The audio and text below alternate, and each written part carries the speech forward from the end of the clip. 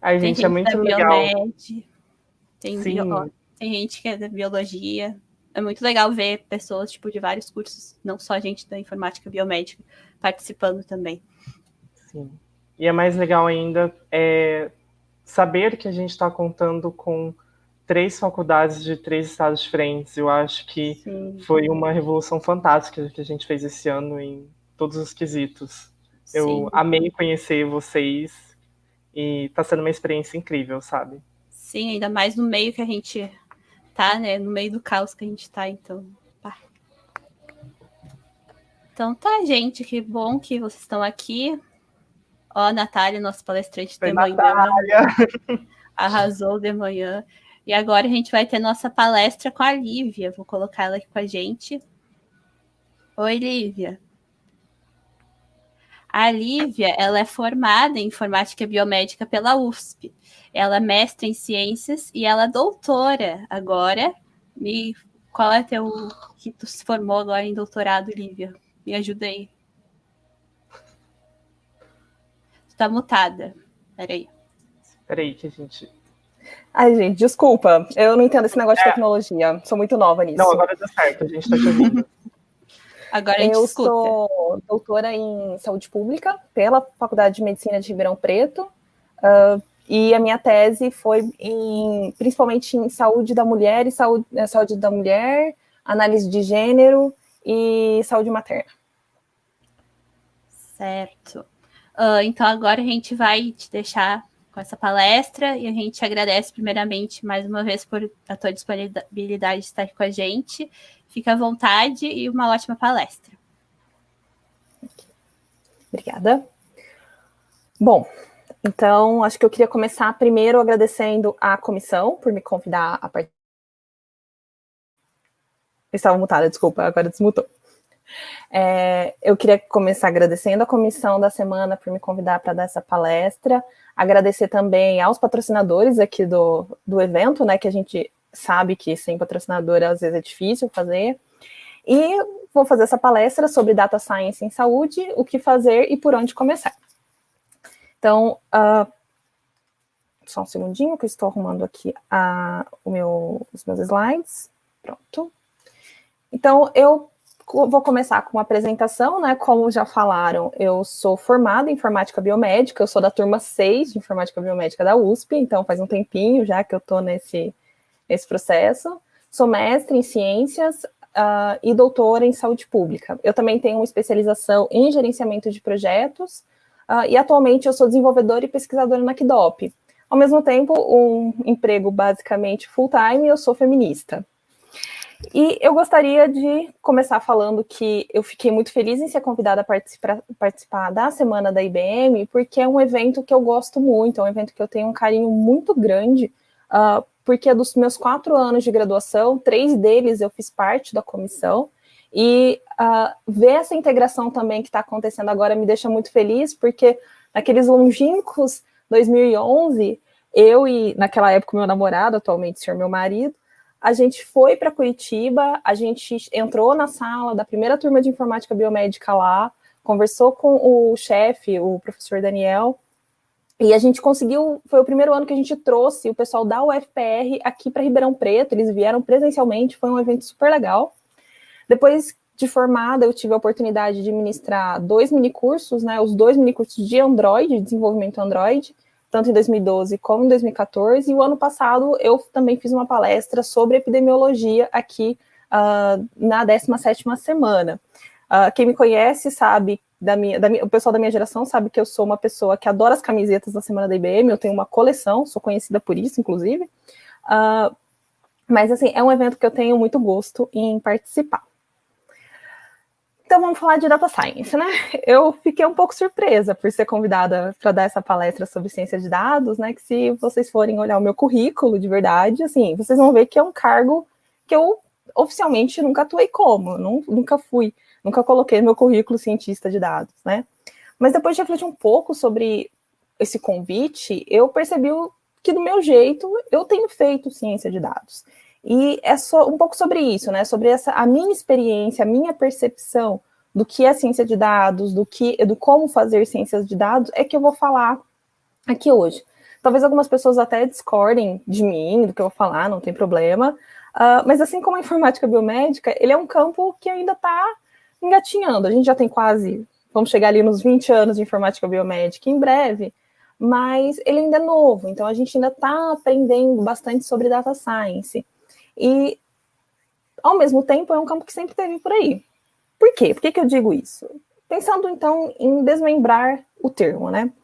O que é ciência de dados? Bom, se a gente pensar nas palavras soltas em si, talvez ciência é o que a gente conviva mais, ainda mais a gente que está dentro da universidade, seja a Universidade de São Paulo, seja do Paraná, seja a do Pará também, ela é uma coisa que está muito presente, a gente vivencia muito, né? E, para mim, a ciência, o que ela é o fruto do método científico, é o fruto desse processo que começa na observação de um fenômeno, no levantamento de algumas perguntas, de algumas dúvidas, para tentar entender o que está acontecendo, levantar essas hipóteses, falar, isso está acontecendo por conta disso, por conta daquilo, experimentar para ver se a gente consegue reproduzir esse evento, fazer a coleta de dados, analisar o que a gente conseguiu, e então chegar numa avaliação das nossas hipóteses, né?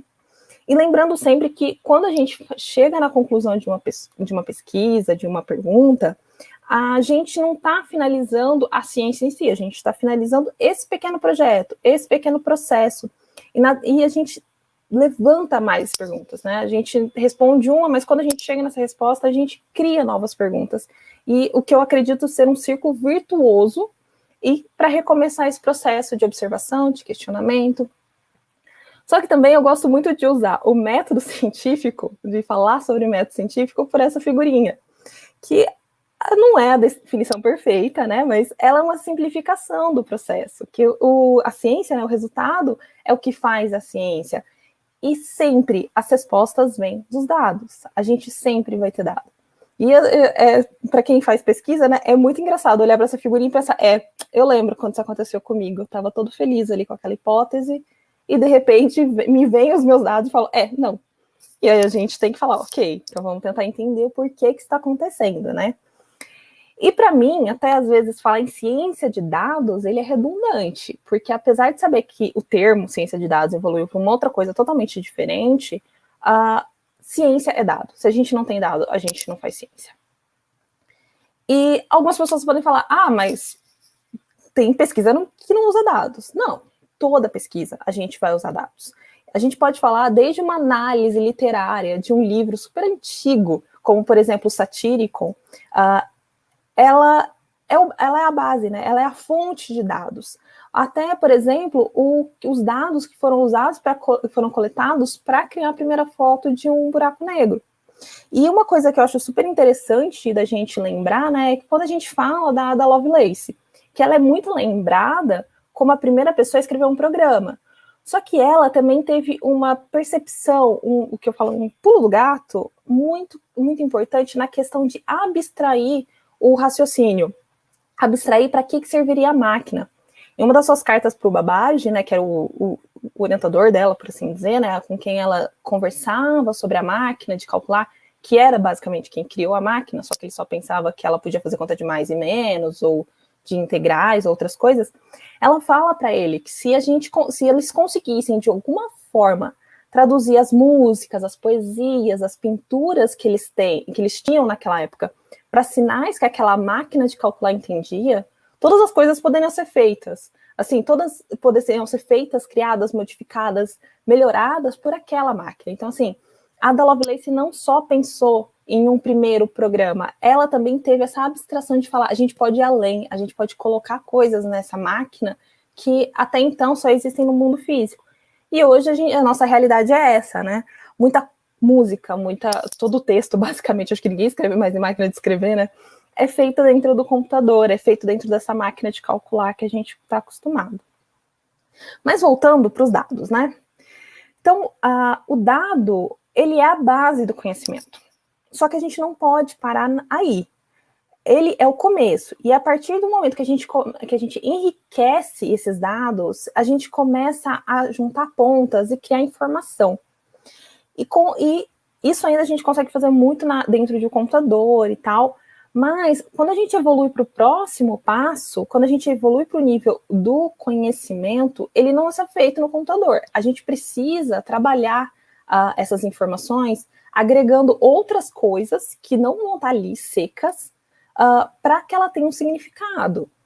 Já a sabedoria, eu acho que isso é um problema, né? A gente sabe que a pirâmide do conhecimento, nem sempre as pessoas chegam ali na sabedoria, né? Mas é um desenho que eu acho super válido. Então, assim, pensar que dado é o começo, é aquele número solto que você tem sozinho. A informação é quando você pega esse número e fala, vamos pensar em 25. Tá, 25. O que significa? É um dado. A gente não tem mais nenhuma informação. Agora a gente fala 25 graus Celsius. Desculpa, 25 é um dado. 25 graus Celsius seria uma informação. E aí, quando a gente fala, está fazendo 25 graus Celsius em Ribeirão Preto, a gente pode falar que está um tempo, para mim, meio frio, talvez meu marido esteja bastante calor. Mas é essa questão de você ir construindo a partir dos dados para chegar num conhecimento que até então, talvez já se sabia, talvez alguns estão aprendendo. Mas vamos falar então de ciência de dados.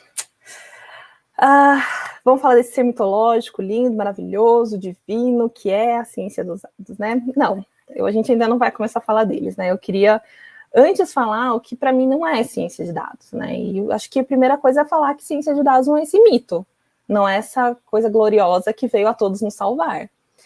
Eu sei que sim, ela é uma área cheia de potencial para diversos cenários, e como em qualquer ciência, mas assim, como em qualquer ciência, ela não é um fator mágico. Ela é uma coisa, é uma área que demanda muito estudo, um estudo contínuo e demanda tempo. A gente não faz milagre, a gente não faz pastel que frita ali em 3 minutos. Não, quando a gente trabalha com ciência de dados, a gente tem todo um processo, como eu falei, de enriquecimento desse dado para criar uma coisa útil. E também acho que é sempre importante falar para a gente ter muito cuidado com aquelas soluções que são super prontas e que servem para tudo. Geralmente, quando uma coisa serve para tudo, quer dizer que ela não serve para nada. Então, acho que é sempre bom ter atenção no que a gente está colocando para dentro da nossa análise, porque sempre vale aquela máxima: lixo entra, lixo sai. Se você não cuida de todo o seu processo, você vai ter uma resposta. Geralmente, quando você faz alguma análise, vai sair uma resposta para você. Só que talvez aquela resposta não tenha significado, não tenha valor, não seja útil, porque todo o processo, porque você usou simplesmente uma solução que parecia certa, mas não é. Então, quando eu falo que a gente tem que estudar muito, que a gente tem que observar, que a gente tem que entender, é disso que eu estou falando. E, novamente, né, a gente tem que pensar que é importante ter um olhar crítico de um cientista, você não precisa ser formado, assim, você pode ser um cientista sem uma grande formação, desde que você tenha um olhar crítico, que você siga um método científico, e na análise de dados é a mesma coisa. Então tá. Agora falando mesmo de ciência dos dados, né? Eu gosto muito dessa imagem, eu acho que para mim, ela é a definição. Em muitos sites você encontra essa imagem, obviamente não fui eu que fiz, e eu gosto muito porque mostra como a ciência de dados é um filho dessa interdisciplinaridade, né? Várias áreas clássicas que se juntam e se reorganizam para criar essas soluções novas, fazendo que, assim, até mesmo a soma desses fatores, dessas 3 áreas, sejam maior que o todo. E, ao mesmo tempo, olhar para essa imagem, a gente entende porque é tão difícil ser um cientista de dados bons, né? Porque nós temos 3 áreas bem específicas, ciência da computação, a gente tem matemática e estatística, e a gente tem área de domínio, que aqui a gente pode, como a gente está falando em saúde, a gente fala que a nossa área de domínio é a saúde. E são 3 áreas, matemática, computação e saúde, 3 áreas extremamente específicas, onde até o linguajar é específico, é definido por onde você fala. O meu orientador costuma falar que quando você trabalha com uma pessoa de computação e machine learning, ela vai falar que você tem o nome das suas variáveis são features. Para ele, como médico, é variável. Para matemático, é fator. Então, assim, acho que é fator. Talvez algum matemático me corrija, mas... então, assim, até os termos, às vezes, eles não são idênticos. Então, essa integração, ela é super importante, mas ela não é fácil e ela não é direta.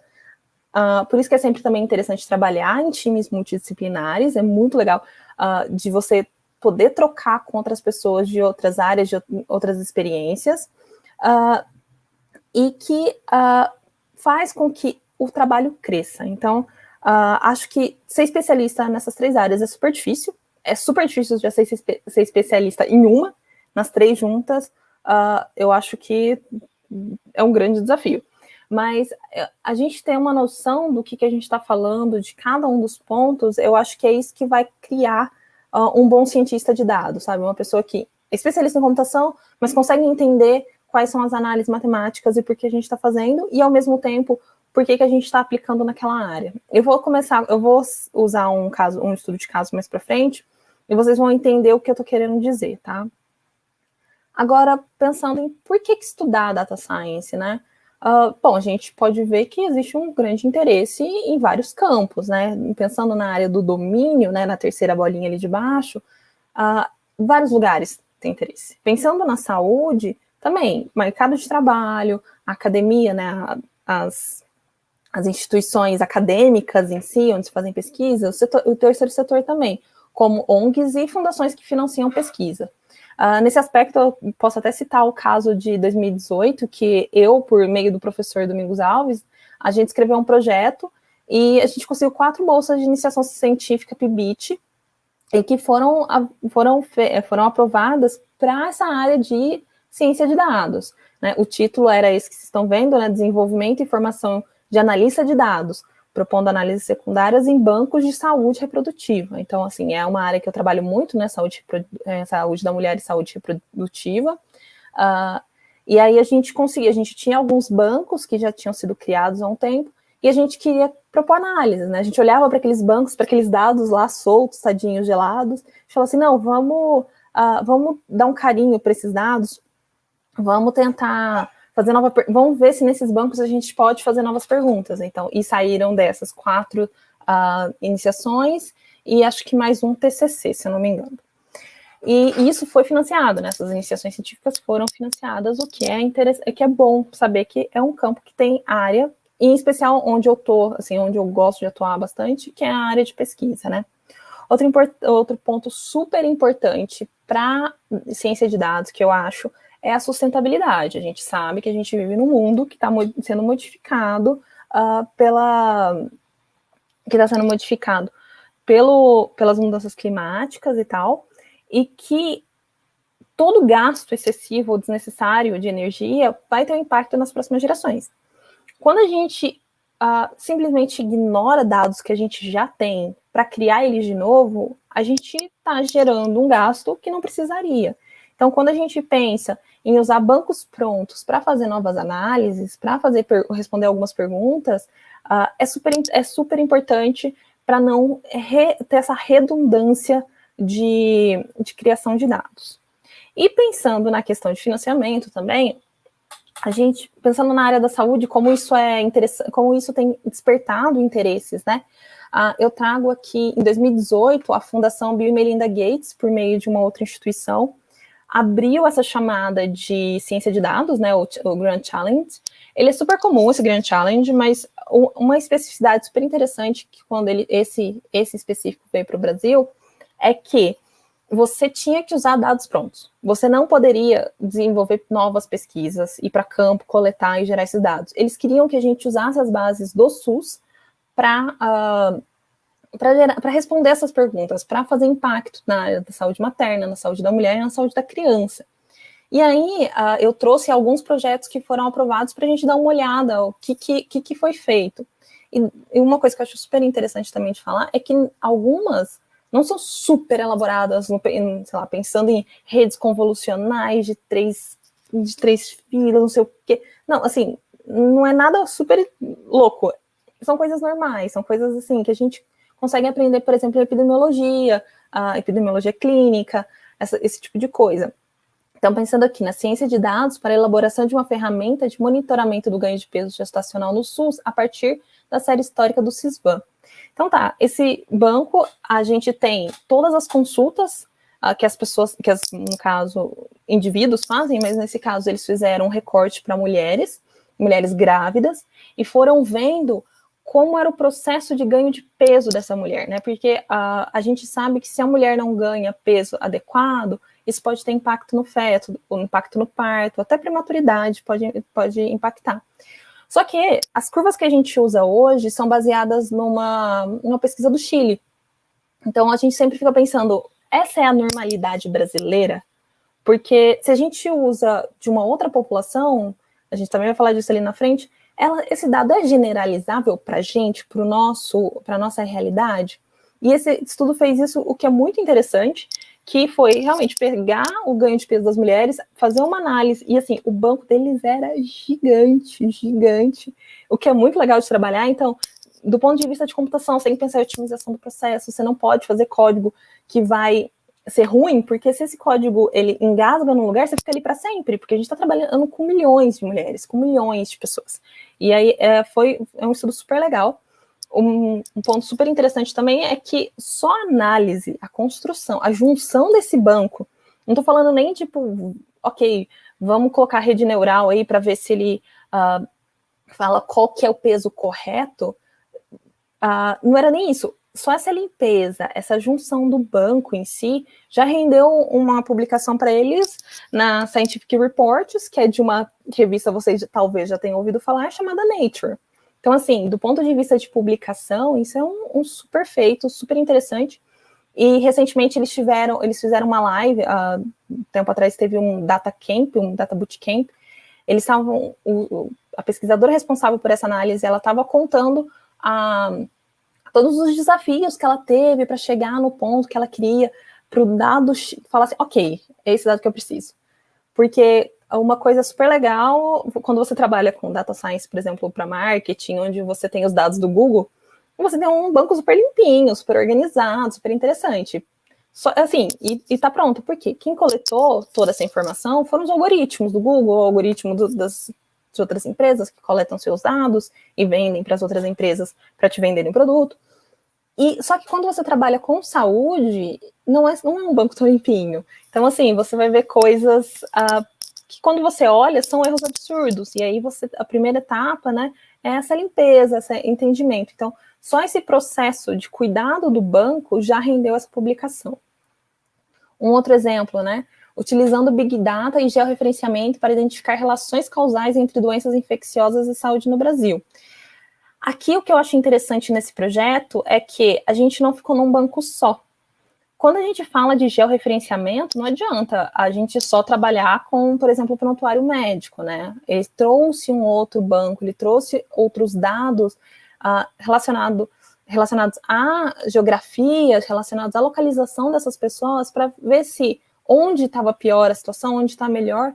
E isso é muito importante, porque quando você pensa no Brasil, onde a gente tem o SUS, onde a gente tem acesso à vacinação gratuita, as pessoas precisam saber onde essa vacinação está falhando. E se você tem pontos geográficos, você consegue direcionar políticas específicas para aquele lugar. Se você direciona, você otimiza recursos, porque, né, obviamente, a gente tem falta de recursos para várias coisas, mas a oportunidade de usar essa inteligência para otimização, eu acho uma coisa fantástica. Novamente, pensando em sustentabilidade e não ter que recriar dados, e ao mesmo tempo criando políticas bem direcionadas, que sejam otimizadas para chegar na solução que a gente precisa, que no caso é vacinação de crianças, como a gente sabe também, né? O sarampo no Brasil está voltando, que é uma doença altamente infecciosa e que a gente quase conseguiu. A gente chegou a ficar sem sarampo no Brasil, mas de uns 2, 3 anos para cá está voltando. Então, eu acho interessante olhar para esse estudo que está acontecendo. Um outro é Big Data para estabelecer limites críticos de poluição do ar na saúde infantil. E esse aqui também eu acho super interessante, porque traz, além dos dados de saúde, ele agrega, ele associa a um outro banco de dados que até então ninguém tinha pensado em juntar. Mas aí você olha, quando eu digo ninguém tinha pensado em juntar, não aqui no Brasil. Isso já era uma coisa que já tinha sido pensado antes, né? Então, a questão de, por exemplo, a poluição está impactando na maternidade em si. Mulheres estão tendo filhos prematuros porque a poluição está aumentando. Então olha só o baita problema que a gente está criando, né? Prematuridade, ele pode ter um impacto muito grande na vida das crianças dali para frente. Então, se a gente vê que no ar está com uma qualidade tão ruim, a ponto de impactar nascimento, e, consequentemente, na vida daquele indivíduo para sempre, cria novas demandas, né? Então, assim, pensando sempre nessa questão de que no Brasil, pensando no nosso contexto de SUS, que fazer data science com dados do SUS para o Brasil significa direcionar política pública para onde está precisando. Então, se a gente vê que poluição está gerando um impacto na saúde de crianças e de mães, a gente precisa pensar em políticas que vai reduzir isso, tá? Então, eu acho que é muito interessante nesse estudo em si. Uma outra, né, que a gente volta, que é a análise espacial da cobertura vacinal de crianças e sua relação com características socioeconômicas e saúde do Brasil.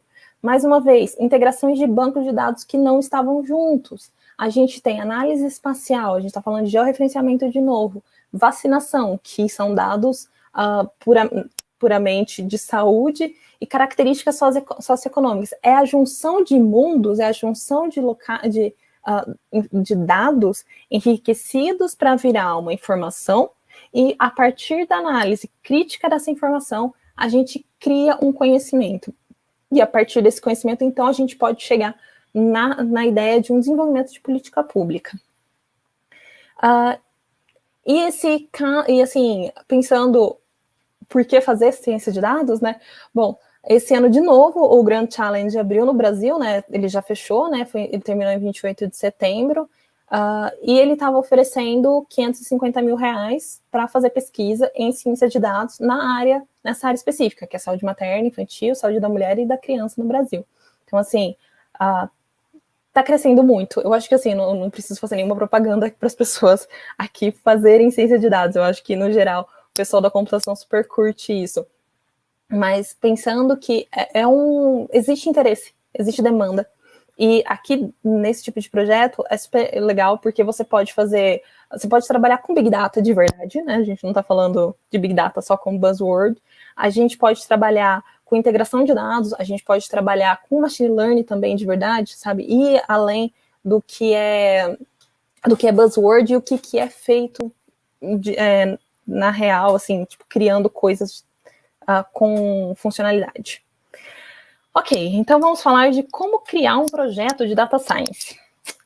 E eu fiz uma especialização em gerenciamento de projetos, né? Então, quando a gente fala em projeto, acho que nem todo mundo tem uma clareza do que é o projeto. O projeto nada mais é do que esse processo, esse tempo, essas tarefas, essa sequência de tarefas limitadas num tempo específico, que tem começo, meio e fim. Que você vai fazer uma série de atividades para lá no final você entregar alguma coisa, seja um produto, seja um serviço, seja algum outro resultado. Pensando num projeto de ciência de dados dentro da academia, geralmente o nosso objetivo final é entregar um artigo científico. Mas a gente pode ir um passo além, que é entregar notas técnicas, porque a gente está novamente dentro do SUS, notas técnicas para o Ministério da Saúde para orientação de política pública.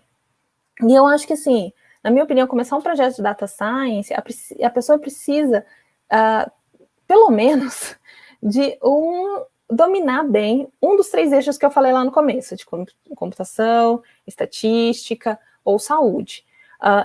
E pelo menos ter alguma noção dos outros 2. Seria legal que soubesse mais dos outros, mas pensando que a gente também vai estar trabalhando com uma equipe multidisciplinar, que vai ter outras pessoas para ajudar. Então, assim, um conhecimento bom de uma área em específico e uma noção das outras 2 áreas que está trabalhando. E, novamente, fazer ciência de dados é continuar a estudar.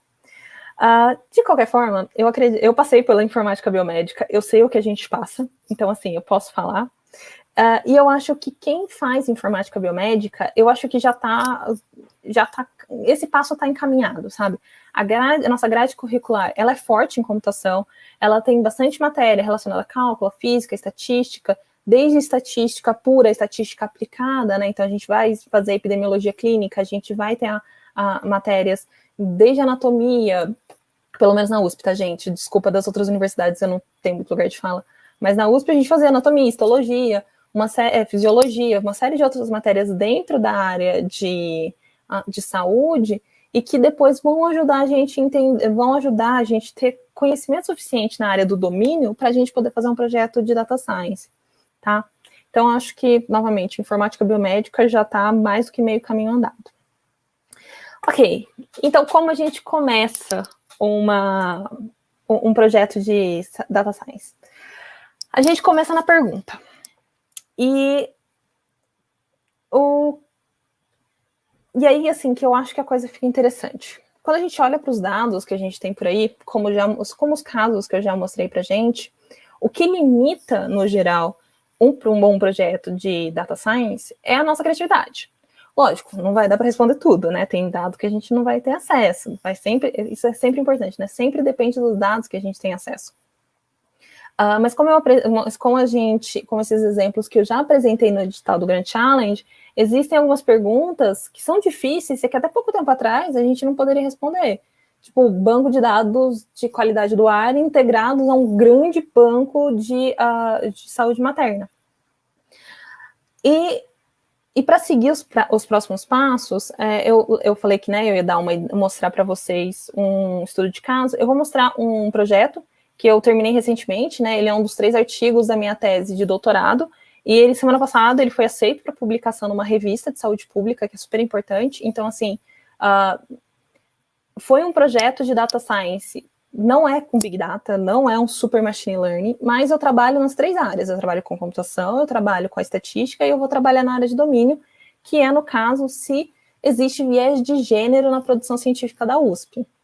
E aqui, assim, eu vou colocar esse caso, porque é o que eu trabalhei, o que eu tenho noção, mas que fique claro que podia ser qualquer outra coisa. Então, assim, pensando em outras perguntas que eu já trabalhei também. SMS pode modificar o cuidado pré-natal?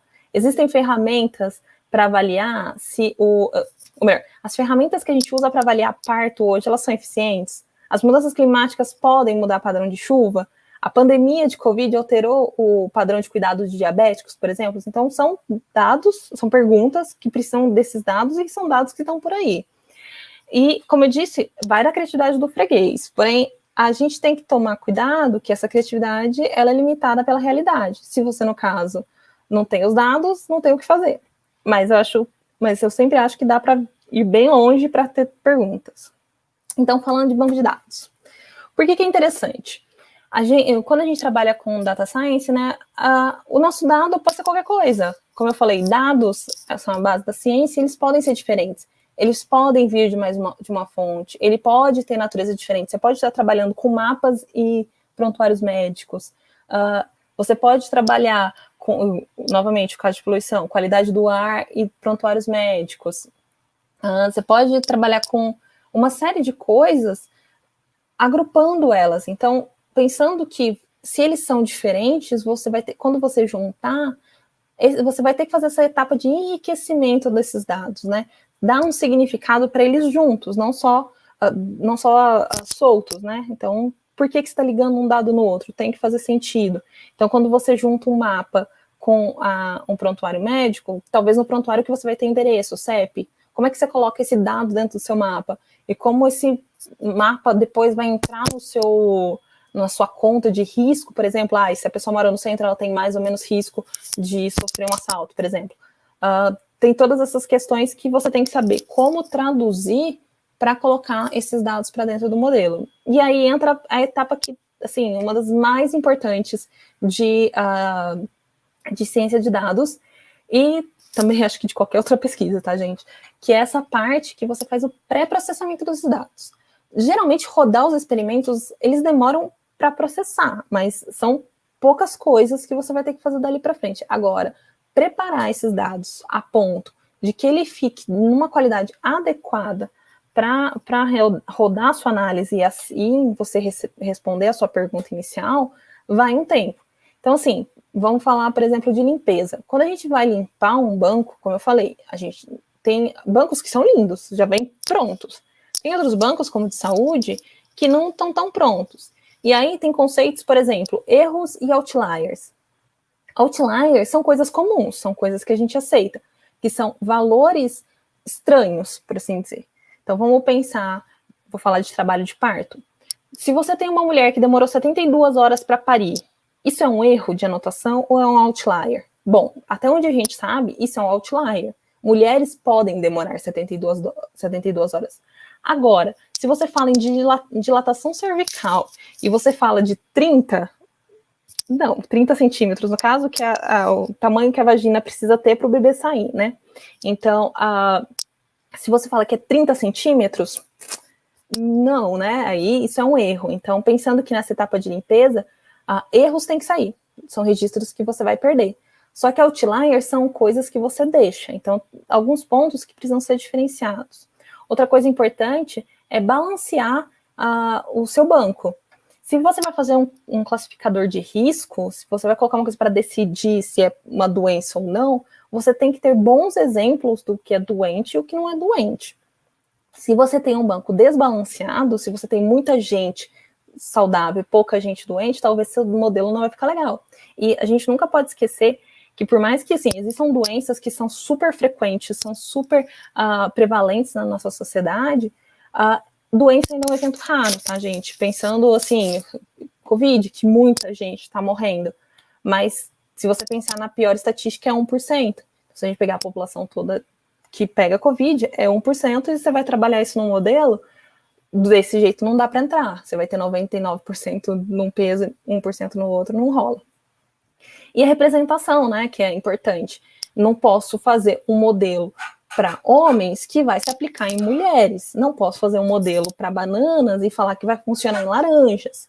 Então, isso é uma coisa também sempre importante. O que você está fazendo, com quem você está fazendo e para quem você vai devolver isso. Então, são pontos que precisam pensar em especial em saúde. Pensando então em banco de dados de saúde, a gente tem alguns bem interessantes, que o DataSUS, né, que é esse grande banco de dados brasileiro, que a gente tem o SIM, que é o Sistema de Mortalidade, então toda pessoa que morre tem que entrar no SIM. Tem o SINASC, que é toda pessoa que nasce, ela tem que ser registrada no SINASC. O SINAM, que é o de atendimento, se eu não me engano, o SINAM é de atendimento ambulatorial, posso estar falando bobagem, me desculpa. Mas o SINAM e o SH são mais corriqueiros, então são eventos recorrentes das pessoas, né? Porque nascer e morrer é o único, o SINAM e o SH eles são mais recorrentes.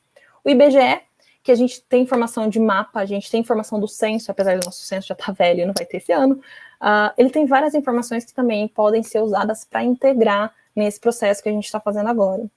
Tem o CadÚni e o CNES, que são dados sociodemográficos das pessoas, o SIDAX, que o SIDAX ele é um banco de 100 milhões de pessoas que junta já o SIM, o SINAM, o SINASC e dados socioeconômicos. E o PCDAS, que são dados enriquecidos do SIM e do SINASC, mais separado, tá? Isso tudo aí tem na internet, é só dar uma procurada. O SIDAX ele é fechado, porque o banco é muito grande e eles acham que tipo, não vale muito. Foi feito pela Fiocruz no primeiro Grand Challenge da Fundação Bill e Melinda Gates. Mas se você escrever um projeto, colocar no comitê de ética, você pode requisitar acesso para essa corte de 100 milhões de brasileiros, o que é um banco, assim, espetacular. E em Ribeirão a gente tem um outro banco super interessante para se trabalhar, o Brisa, que é uma corte que teve lá em 74, 73, começou com mulheres grávidas lá, e ela vem sendo acompanhada até hoje. Teve uma segunda fase em 94 e outra em 2001, se eu não estou falando bobagem, talvez as datas sejam meio erradas, mas para vocês terem uma ideia, que é uma corte de muitos anos, que vem acompanhando a população de Ribeirão Preto. Então, quem tem mais de 7 mil mulheres na primeira fase, tem mais um tanto na segunda. Então, assim, a gente tem dados de pessoas por 40 anos, então dá para trabalhar, é muito legal com isso. Voltando para o estudo de caso, né, de gênero, para fazer a análise de gênero, eu tive que ir para mais de uma fonte de dado. Então, a primeira fonte que eu peguei foi o Data USP, né, que eu fui atrás de dados dos professores da universidade, que são fornecidos, né, porque a universidade é uma instituição pública, então ele tem que relatar algumas informações. Nesse banco, eu consegui pegar dois dados super importantes, um é o nome, e o outro é o esse identificador único do Publons, do Web of Science, que é um site que publica métricas de publicações, né? Então, tipo, quantas publicações a pessoa tem, qual é o número de vezes que ela é citada, o índice H, que é uma conta ali para falar tanto da quantidade que você publica, quanto da relevância da sua publicação. E, por último, eu usei um banco de nome por gênero para definir gênero dos professores, tá? Então, assim, eu tive que juntar esses bancos. Próximo passo é o plano de análise. O plano de análise, ele é um documento opcional. Mas, assim, eu acho ele super importante, principalmente quando você está começando, porque nele você pode definir realmente o passo a passo do que você vai fazer até você chegar no resultado final. Lógico que ele não é um livro de regras, não é escrito em pedra, que você nunca pode mudar, mas ele é um bom mapa para orientar o processo. E fazer pesquisa, às vezes, é difuso, é complicado. Se você tem um mapinha organizado, acho que ajuda muito a te orientar para o objetivo. E, óbvio, cada projeto vai ter o seu plano específico.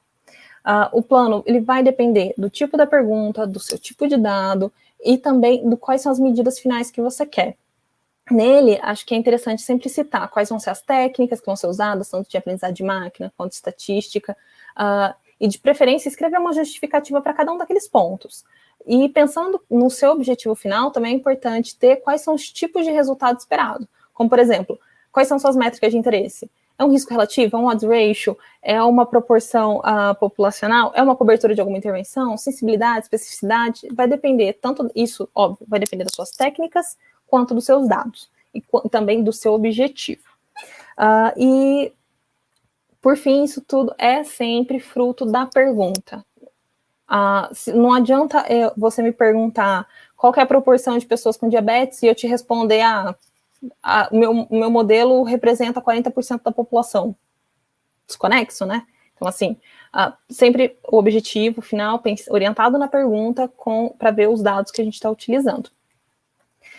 Uma coisa que eu acho super, super útil, gente, fazer dummy table dentro do plano de análise. Dummy table nada mais do que uma tabela vazia, que a gente chama também de tabela fictícia, que ela já pode estruturar o que você vai apresentar no final, né? Então, assim, você já realmente tem na sua cabeça a imagem do que você vai produzir. E eu sou do tipo que gosta já de deixar todo o meu código de análise ele prontinho. Então, assim, rodei ele, já saio a tabela pronta e tal, para colar no artigo. Porque existem momentos que talvez você vai ter que... depois você rodou tudo, você vai ver que, sei lá, deu um erro em um dado, você vai ter que tirar ele e vai ter que rodar de novo, vai ter que reorganizar a tabela. Eu pessoalmente não gosto disso, eu prefiro deixar meu código perfeito. Não perfeito, né? Mas eu prefiro deixar meu código já saindo com o Excel pronto final. Então, assim, para mim, eu acho isso ótimo, mas pensando em dummy tables, é sempre legal ter a estrutura do que você vai apresentar, porque te ajuda a esclarecer o que você quer fazer. Por último, do plano de análise, eu acho que qualidade do código. A gente sempre lembra que não vai ter uma pessoa atrás de você com um sininho falando, acertou, errou, quando a sua análise termina. A única coisa que você pode garantir é que o seu código tem uma boa qualidade. Então, assim, que você sabe que seu código não está cuspindo coisa errada. Porque ele pode ter um erro, acontece. Mas a minha sugestão é, façam testes para as funções de análise que você está criando. Faça análise orientadas a funções e faça testes para essas funções.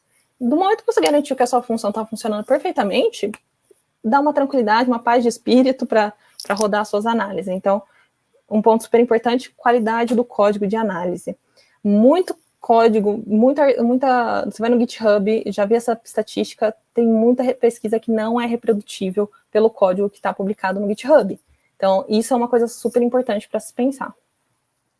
Pensando no estudo de gênero, né, o meu plano de análise, ele envolvia avaliar a proporção de gênero dos docentes gênero dos docentes da USP, tanto na população geral, todo mundo, quanto a população por tempo de serviço. Então, quem tinha menos de 20 anos, quem tinha entre 10 e 20, e quem tinha mais de 20, talvez tenha falado ao contrário, mas vocês entenderam. Eu queria também avaliar as métricas de publicação, né, quantos artigos cada um publicou, ou cada grupo publicou, como isso se distribuía por idade no índice H, e qual era a média histórica de citações de gênero. Esse era o plano. Agora, falando do resultado, né, gente? Muito cuidado na interpretação, tá? Porque interpretação errada de modelo, ou de estatística, ou de dado específico, podem levar a situações extremas. Por muitos anos, as mulheres, elas não tinham o direito de fazer pesquisa, porque elas falaram que o cérebro é menor. E mulheres, na média, são menores que homens. Portanto, o cérebro é proporcional. E isso foi usado como desculpa por muitos anos para falar que mulher não tinha capacidade de fazer pesquisa. Então, assim, número seco, ele é uma coisa. A interpretação que vem em cima, ela tem que ser muito cuidadosa, ela tem que ser baseada em outras estatísticas, e afirmações fortes, elas têm que vir com evidências fortes. Então, cuidado também, porque conclusões erradas reforçam padrões de desigualdade, a gente não quer isso. Métricas, né? Cada métrica tem que ter o seu modelo. Então, novamente, se a gente está falando de um modelo de classificação, se eu falo que um falso positivo é melhor ou pior que um falso negativo. Então, se eu falo que uma pessoa que está doente não está doente, é pior do que eu não falar. Se eu falo que uma pessoa doente não está doente, é pior do que eu falar que uma pessoa que não está doente está doente? Isso vai depender muito do que a gente está fazendo. Por exemplo, quando a gente faz um modelo de triagem, é normal a gente errar para um lado. Então, a gente vai falar assim, ó, eu vou aceitar errar que mais pessoas que não tenham a doença sejam classificadas como doentes, para que eu não separe pessoas que não estão doentes, pessoas que estão doentes que não estão doentes. Então, assim, pensando no teste de HIV. O teste de HIV, ele tem 2 etapas. A primeira etapa é de triagem, onde eu vou selecionar mais gente. Se uma pessoa recebe uma resposta desse primeiro teste falando que ela tem HIV, não necessariamente ela tem. Mas o teste, ele é sensível para falar para você, ó, talvez ela tenha. Então, essa pessoa é classificada como doente. Por quê? Porque vai ter um segundo teste, que aí vai falar assim, ó, essa pessoa que falar que é doente, então vamos confirmar o diagnóstico. E aí ele erra, a gente aceita o erro pro outro lado, falar que não tá doente quando tá doente. Assim, só que o segundo teste HIV é super sensível, ele acerta mais quando a questão de não estar doente, quando a pessoa não está doente, não é no outro ponto. E uma outra medida super interessante, por exemplo, é a acurácia. Uma vez a gente gerou um modelo de parto que acertava que a mulher não ia morrer em 99,5% dos casos. Nossa, super bom, né? Bom, o meu banco tinha 99,5% das mulheres que não morriam. Então, o que a gente tinha era um grande banco desbalanceado que viciava o nosso modelo. Então, cuidado com essas métricas, tá, gente? Pensando no nosso estudo de caso, quando a gente olha aqui para o índice H das mulheres ou para o número de publicações, mesmo eles sendo confirmados pelas estatísticas, a gente pode falar que as mulheres publicam menos? Bom, numericamente está falando isso, mas, novamente, cuidado com a interpretação, gente. Nenhum número sozinho está fora do contexto. Quando a gente volta para a universidade e vê todas as barreiras que as mulheres enfrentam nesse processo de publicação, de pesquisa, de se tornar docente, a gente passa por uma série de situações onde a gente vê que o número em si, ele não está sozinho, ele reflete uma série de barreiras que as mulheres passam, tá? Então, sempre cuidado com interpretações. Generalização. Criamos um modelo lindo, maravilhoso, ele tá super acertando, vamos colocar para todo mundo. Não, né, gente? Também a gente tem que ver, no que eu falei, a gente tem que ver para quem que aquele modelo serve. Se seu modelo foi feito para mulheres, você não pode aplicar ele em homens. Se você foi feito para homens, você não pode aplicar em mulheres. E assim por diante. Então, quando a gente olha, por exemplo, por que isso é importante? Não sei se vocês sabem, mas mulher infarta de um jeito diferente de homem. Só que o que a gente associa a infarto? A gente associa formigamento no braço e dor no peito. Esses são sintomas clássicos de homens, não são sintomas de mulheres. E isso pode ter um impacto sério porque a mulher não identifica que ela está passando por um problema de saúde. Se ela não identifica, ela não busca ajuda. Se ela não busca ajuda, se ela está atrasada, isso pode ter um impacto na vida dela. Ela pode morrer porque ela não soube que precisava de ajuda. E isso é resultado de uma série de pesquisas que por anos foram feitas só com homens. Então, quando você olha que o estudo que acompanhou doença cardíaca usou 45 homens e nenhuma mulher, e hoje esse modelo ele é generalizado para mulheres, a gente tem que começar a preocupar. Por último, apresentação, gente. Todo mundo gosta de uma boa história. Então, assim, saibam vender a história do seu trabalho. Às vezes, dados secos, eles são chatos, e a gente não quer um trabalho chato. E aí, o que eu digo é para tentar procurar formas não tradicionais de apresentar os seus dados. E sempre lembrar, cada público uma linguagem. Eu lembro de uma reunião que eu participei, que um cara levou um vídeo sobre um aplicativo que ele fez para a África de cuidado de pré-natal.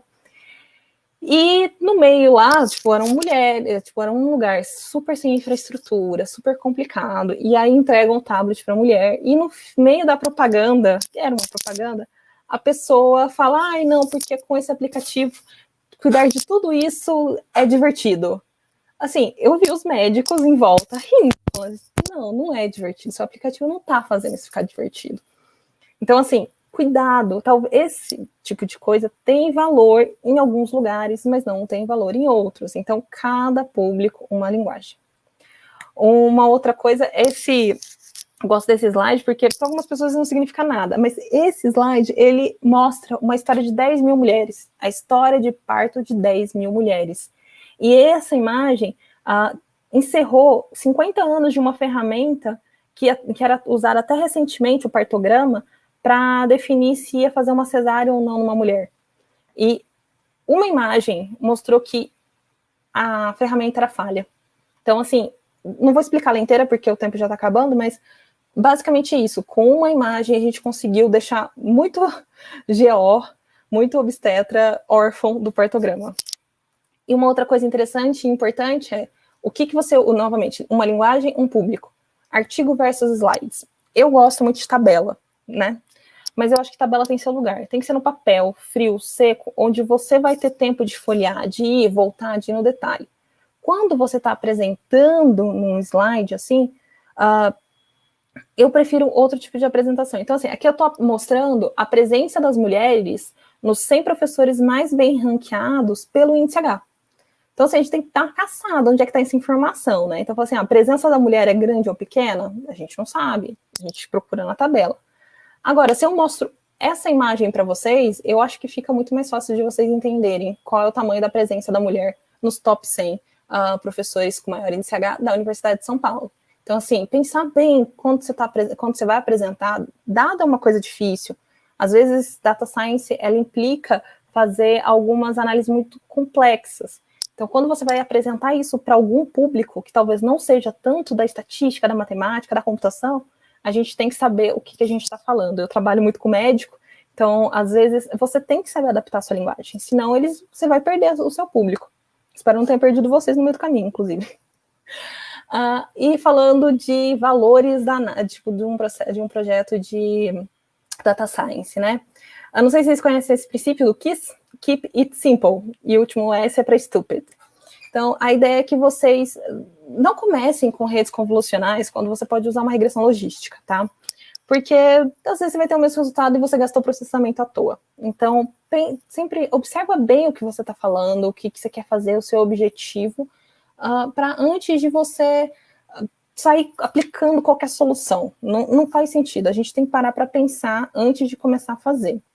O segundo é qualidade. Gente, a gente está fazendo ciência. Vai ter muita gente para cair de cima da gente. E a gente tem que fazer o melhor que a gente pode sempre. O que eu falo para alguns alunos, não precisa ser perfeito, mas precisa ser excelente. A gente tem que manter essa barra alta. Outro ponto, ética. A gente tem que tomar cuidado, modelos perpetuam a desigualdade. Esse livro que eu trouxe aqui, a capa, Weapons of Math Destruction, é maravilhoso, conta a história de uma estatística que era do mercado financeiro em 2008, quando veio o grande crack da Bolsa, e ela conta como os modelos matemáticos ajudaram nisso, e também conta sobre como esses modelos modificaram o processo de avaliação de professores nos Estados Unidos, e como, tipo, estava dando nota aleatória para os professores que não fazia o menor sentido estava demitindo bons professores. E por último, a segurança. Uma vez meu orientador quando a gente começou a trabalhar no projeto das grávidas, o meu orientador chegou na sala e falou, então, o que você está criando pode salvar bebês, ou terminar de matar. Então, assim, tenha sempre em mente que quando você trabalha com saúde, o seu modelo pode mudar vidas, tá? Por último, minha mensagem, eu queria dizer que, felizmente, existe feminismo, fora Bolsonaro, e abrir para perguntas. E quem quiser o meu contato, meu e-mail está aqui na tela.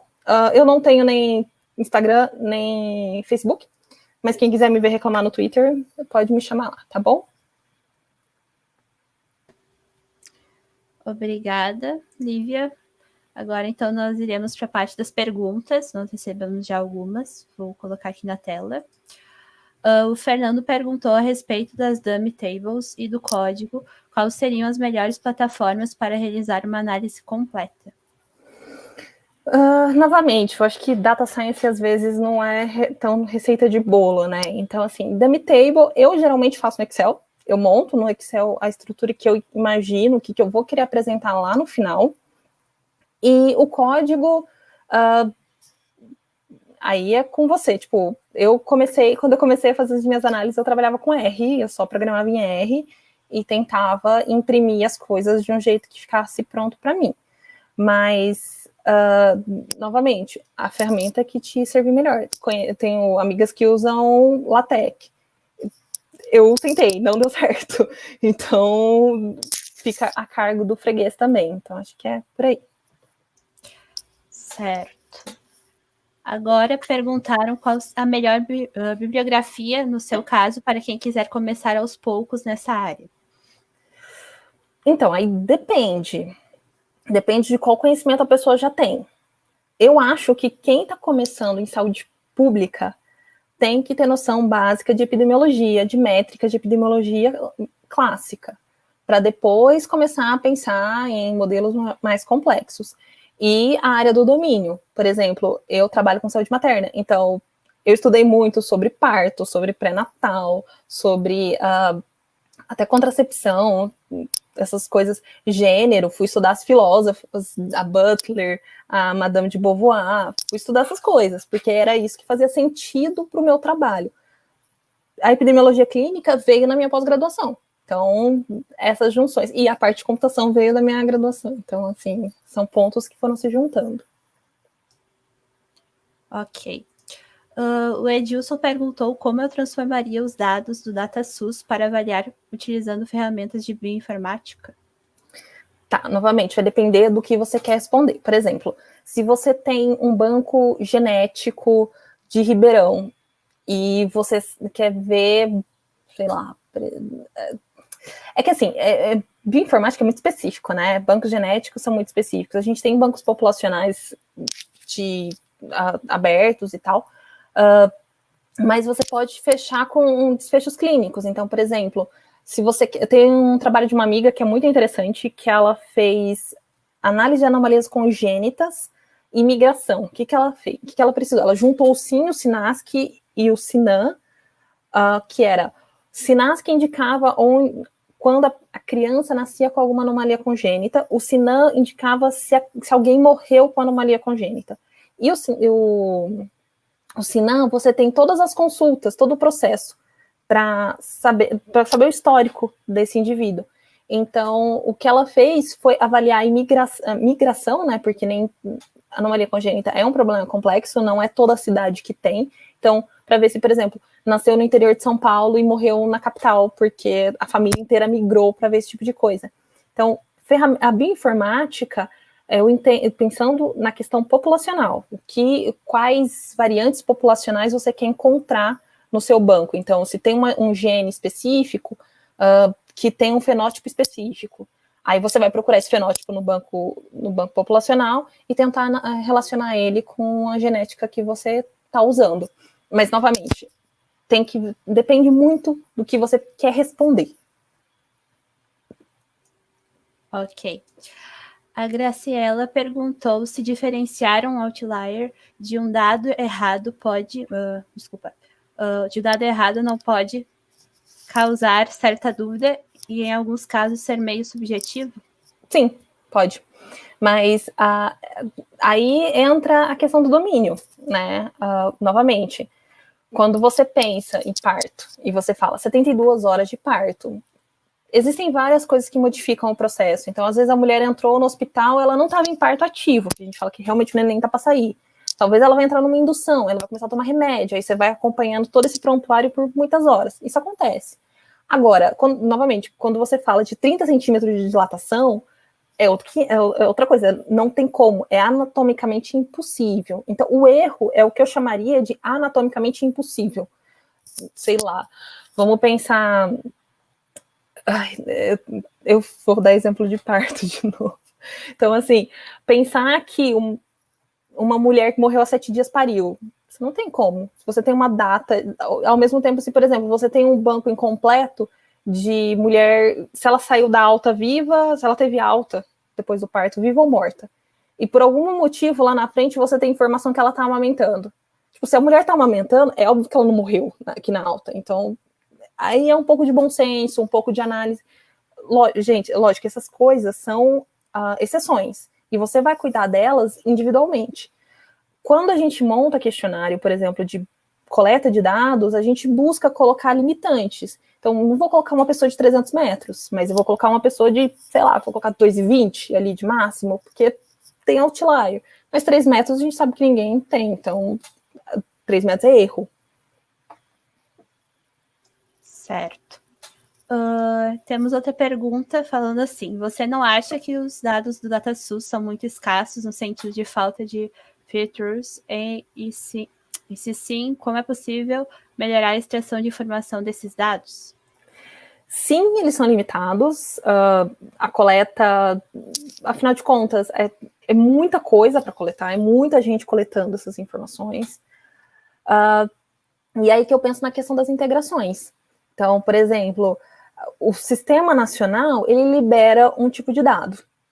Agora, sistemas municipais talvez vão fornecer outros bancos que você pode juntar. E aí você consegue criar novas features, novas ideias. É essa questão de ir além do que a gente já tem pronto, tentar integrar dados diferentes para conseguir resultados novos.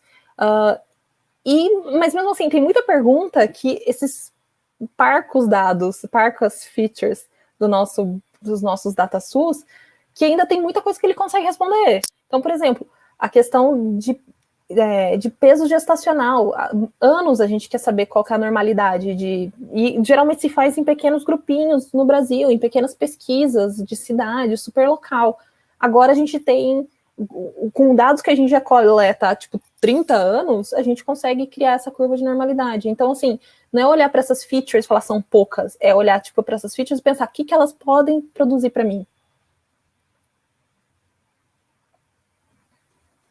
Certo. O Pedro falou assim: imagino que um dos maiores problemas de mineração de dados provenientes de saúde sejam os campos de texto livre. Essa afirmação está correta? E quais seriam os outros grandes obstáculos? Sim, muita coisa é feita em campo aberto ainda hoje. Desculpa, a vizinha chegou, tá uma barulheira aqui em casa agora, gente, desculpa. Existem, sim, muito campo aberto, muita coisa que é coletada, transcrito. E se você vai ler um prontuário médico, gente, vocês não têm noção. O médico adora colocar sigla. Eu entendo que eles têm pouco tempo, tem que passar correndo.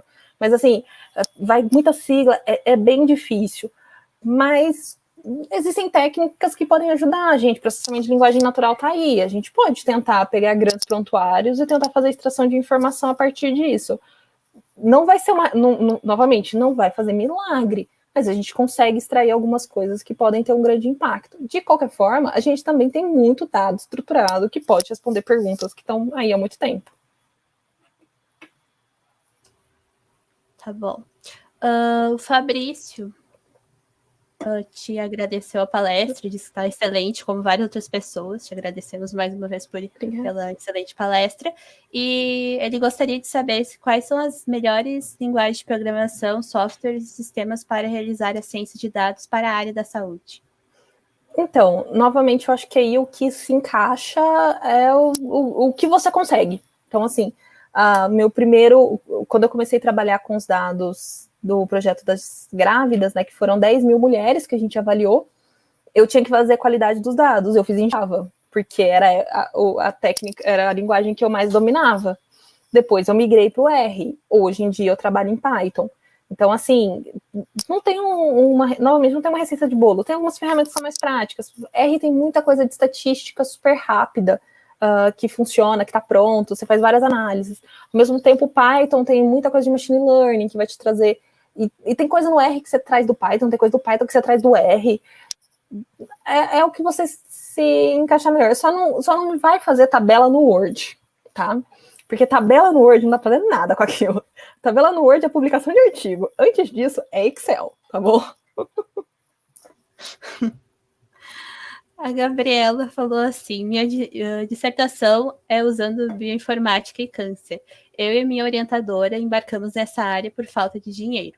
Você acredita que é prejudicial esse ponto em uma revista de alto impacto? Não, eu acho que bioinfo e câncer são duas coisas que estão, tipo, super na moda e tem grande chance de ser publicado.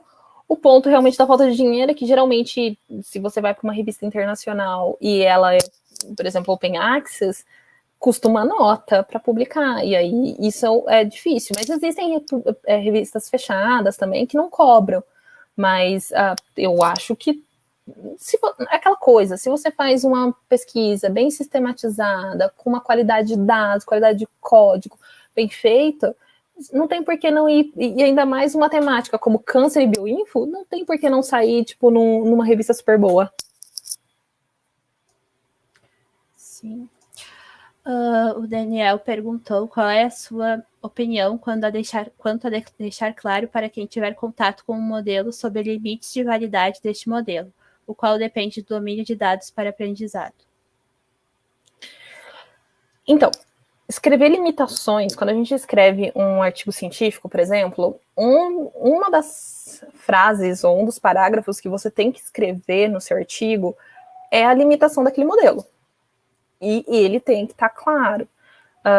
Isso tem que, lógico, às vezes a aplicação de um modelo vai depender de um gestor, e ele vai, às vezes, fazer o que está na cabeça dele, o que é péssimo. Mas do ponto de vista científico, você tem que declarar as limitações do seu modelo.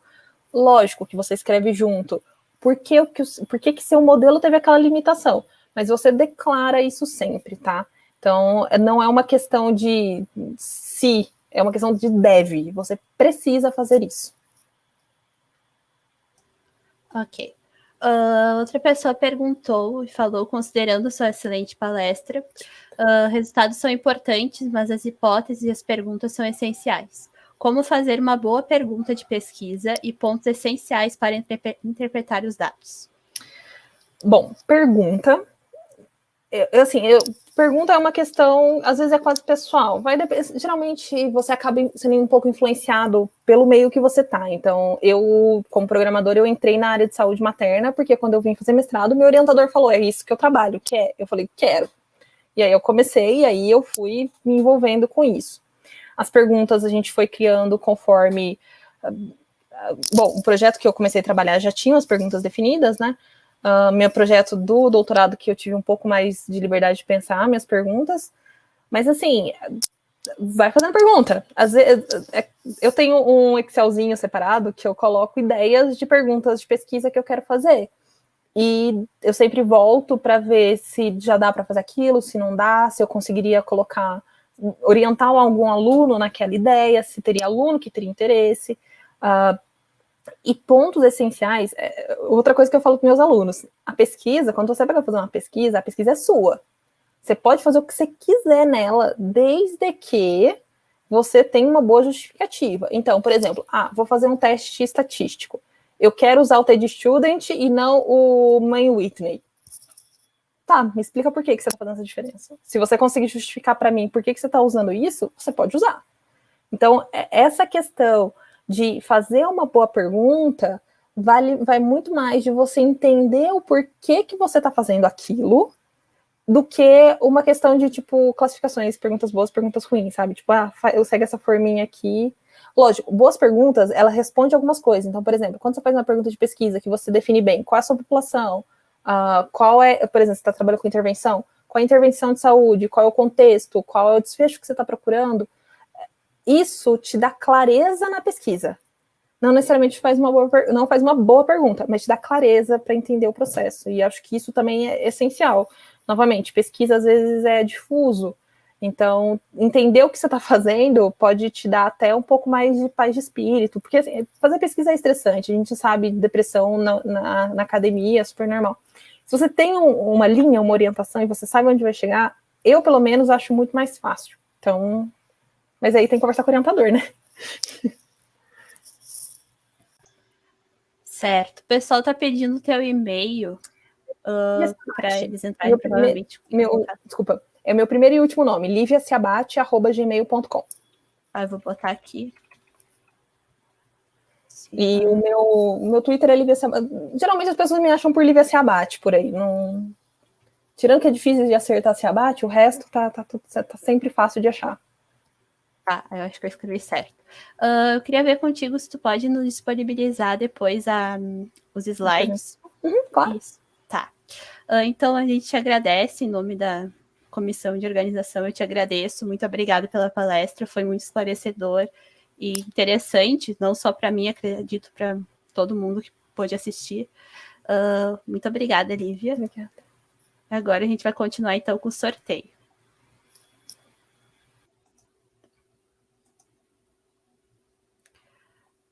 Então agora, lembrando que o sorteio vai ser feito para as pessoas que estão inscritas na semana e também preencheram o formulário, estiveram presentes aqui. Vou sortear, então.